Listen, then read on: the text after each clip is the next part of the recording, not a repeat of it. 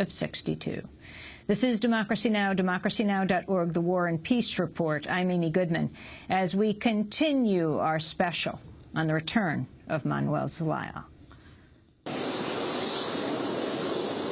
We're coming on to the tarmac right now, where President Zelaya, his family, his supporters have all gathered to get on the flight to go home to Tegucigalpa, to Honduras, for the first time in almost 2 years. It's hot, it's windy, and it's a historic occasion. As one ambassador said to me, this is Latin America's moment. President Zelaya just said, as I was interviewing him, this means no war, no violence, no more coups. We're getting on the flight. Patricia, Rodas. Identificación.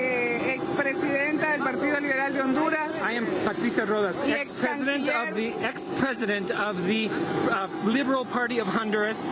Y ex-canciller del Gobierno del Poder Ciudadano del Presidente José Manuel Zelaya. And also I am the ex-foreign minister of the citizens' power of the President José Manuel Zelaya Rosales. When were you last in Honduras? ¿Cuándo fuiste a Honduras la última vez? Yo fui expulsada. I was expelled from my country por los militares de mi casa. By the military. They came to my house. Fui hecha prisionera. I was taken prisoner en la Fuerza Aérea de Honduras. By the Air Force of Honduras. Y después, and then later, they deported me at midnight. Y trasladada en and el they avión. transferred me in the airplane. Presuntamente de Miguel Facusé. Apparently, this airplane belonged to Miguel Facusé. En el que fui trasladada.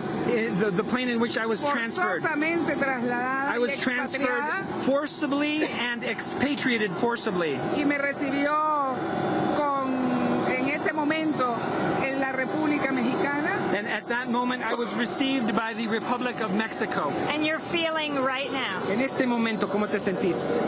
Creo que es indescriptible. It is absolutely indescribable. Son sentimientos encontrados. These are absolutely feelings that are bittersweet. Y también lo que vamos a extrañar en esta nueva etapa de lucha. And what we will miss in this new struggle, this new step of the struggle. A los compañeros cuya vida fue arrebatada. We will miss the compañeros, the men and women whose lives were lost. Por la represión, by the repression, the persecution. The family of President Zelaya has now just gotten on the flight, and now President Zelaya himself, in his signature cowboy hat, is coming on to the red carpet. This is the beginning of another journey that began for President Manuel Zelaya 2 years ago in Honduras. He was driven out of the country at gunpoint in a military coup. What happens next is not clear. The flight from Managua to Tegucigalpa is expected to be about half an hour. We hear that tens of thousands of people are waiting for him in his home country.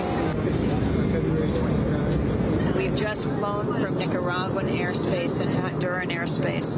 President Zelaya and his wife Xiomara is there in the front row.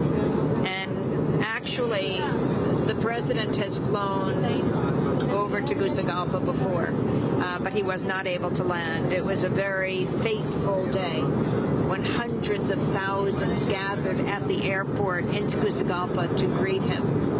Andres Contreras with Democracy Now! In Espanol has been translating for us. Talk about that day. The date was July 5th, 2009, Amy, and it was a very, very fateful day. It was the day when the people of Honduras went in massive force to the Toncontin airport in Tegucigalpa, one of the most dangerous airports in the world, I might add, and we're about to land there. This airport is the place where President Zelaya first attempted to return into his country after the coup on June 28th, 2009. He was not allowed to land. They blocked the airstrip with military trucks, and then There were 250,000, it is estimated. That many people, 250,000, were there to receive their president. And I was there as well.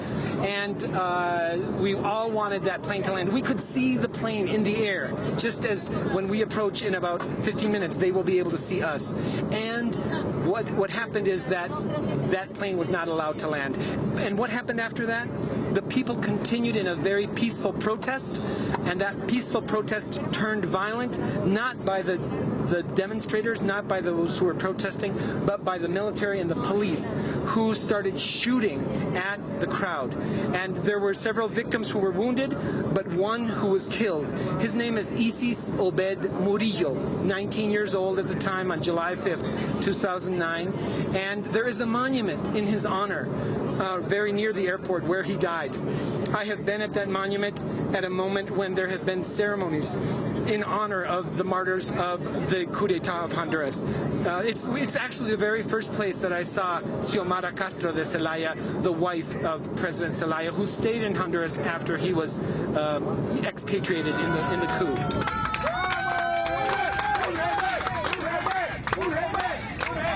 President Zelaya has landed in Honduras with his family.